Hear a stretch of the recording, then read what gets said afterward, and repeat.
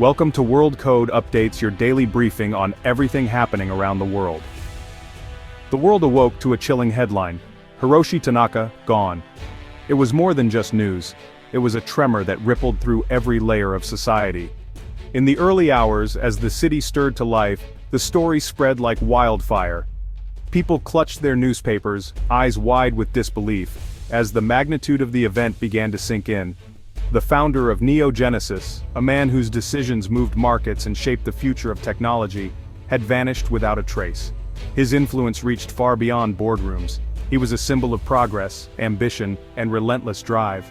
Now, his sudden absence left a void that no one could immediately fill.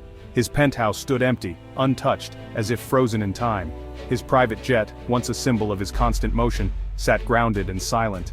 Even his digital presence, once meticulously curated, had been wiped clean, leaving behind only questions and echoes of his former life. Security footage offered the only clue: Tanaka, dressed in plain clothes, slipping quietly into the Tokyo night. He carried nothing but a worn satchel, blending seamlessly into the sea of strangers at Shibuya Crossing. There was no entourage, no fanfare, just a man disappearing into anonymity. No ransom demand arrived. There was no sign of a struggle, no cryptic message left behind. Phones rang unanswered, emails bounced back, and the world was met with a deafening silence. It was as if he had simply evaporated, leaving behind only uncertainty. Theories exploded overnight: kidnapping, government extraction, a mental collapse, or perhaps a final audacious move orchestrated by Tanaka himself.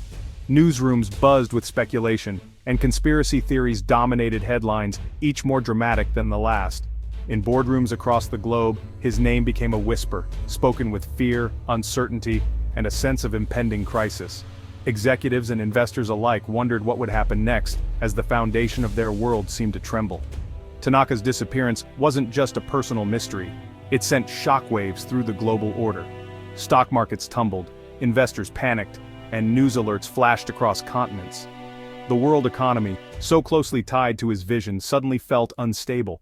For those who knew him, the idea was unthinkable. Tanaka was disciplined, methodical, and never impulsive. He was the embodiment of control, a man who planned every move with precision. The notion that he would simply walk away defied everything they believed about him. Abandoning Genesis was like a king deserting his throne, a move so radical, so out of character, that it left his empire in shock. The empty chair at the head of the table became a symbol of loss and unanswered questions. The world searched for a grand conspiracy, piecing together fragments of evidence, desperate for answers. Investigators, journalists, and armchair detectives all tried to unravel the mystery, but the truth remained elusive. But as the days passed, a different story began to emerge. The truth, when it finally surfaced, was far simpler and far more profound than anyone had imagined. It wasn't a tale of abduction or corporate intrigue. There were no shadowy figures or secret deals. Instead, it was the story of a man who, after years of relentless pursuit, chose to let go. Tanaka quietly walked away from everything he had built, slipping into the crowd and leaving his old life behind. It was a decision made not in haste but in deep contemplation, a silent revolution of the soul. In the end, it was a personal revolution hidden in plain sight. A titan's disappearance, not as an act of defeat, but as a final, profound act of self-liberation. Tanaka's disappearance sent shockwaves through global markets. Genesis shares crashed, dragging tech stocks down with them. Emergency meetings erupted as analysts scrambled for answers. Media coverage was relentless, but no one truly knew the man behind the myth. The company's reassurances rang hollow.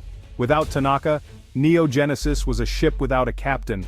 The world was captivated by the idea of someone abandoning ultimate success. Was this rebellion against a relentless system, or a tragedy of a man lost to his own ambition? The world was left with only questions, and a void where Tanaka once stood. To outsiders, Tanaka's life was the pinnacle of luxury: penthouse views, private jets, designer everything. But inside, he felt only emptiness. His days were a blur of meetings and transactions, his relationships shallow and transactional. Surrounded by admirers and rivals, he was utterly alone. The empire he built to connect the world left him the most disconnected of all. He remembered a time when his work brought joy, not just profit. Now, he was a spectator in his own life, haunted by insomnia and isolation. He had reached the summit, only to find it cold and desolate. Success, he realized, had cost him his soul. Sometimes, the most profound changes in life arrive not with fanfare, but quietly, sealed in a simple envelope. For Hiroshi, it came from Davao City, Philippines, a place he hadn't thought about in years, yet one that had quietly shaped the man he'd become. Inside the envelope was a faded photograph, its edges worn, colors softened by time. It showed a much younger Hiroshi, his arm around a beaming girl, both standing in a village still bearing scars from a devastating typhoon. The image captured a fleeting moment of hope amid hardship, a memory almost lost to the years. Alongside the photo was a letter from Maria, the girl in the picture, now grown, and a teacher. She wrote with warmth and gratitude, thanking Hiroshi for a donation he'd made long ago, one that had rebuilt her school after the storm, giving her and her students a future. Maria remembered not the size of his gift but the kindness behind it. To her, Hiroshi was not a distant benefactor, but a friend who had cared when it mattered most. "You gave us hope when we had none," she wrote in careful script. "I hope you are happy, wherever you are. Your kindness changed our lives." As Hiroshi read, memories came rushing back. Days spent under the sweltering sun, laughter echoing through makeshift classrooms, shared meals with villagers who welcomed him as one of their own. He remembered the sense of belonging, the joy of making a difference, and the genuine connections that had filled his heart. In Davao, he was simply Hiro, not a billionaire, not a businessman, but a person among people, valued for his presence, not his wealth. The letter radiated pure gratitude. It was more than thanks. It was a gentle reminder of a promise he'd once made to himself, to build things that truly mattered, to touch lives, to never lose sight of what was important. Maria's words felt like a call, a quiet urging to return to the path he'd abandoned, to rediscover the purpose he'd let slip away in the pursuit of success. The photograph and Maria's heartfelt message became his anchor, grounding him in a sea of uncertainty and reminding him of who he once was. Staring at the old photo, Hiroshi saw a version of himself he barely recognized, happy, hopeful, and truly alive, unburdened by the weight of expectations. The letter was more than a memory, it was a lifeline.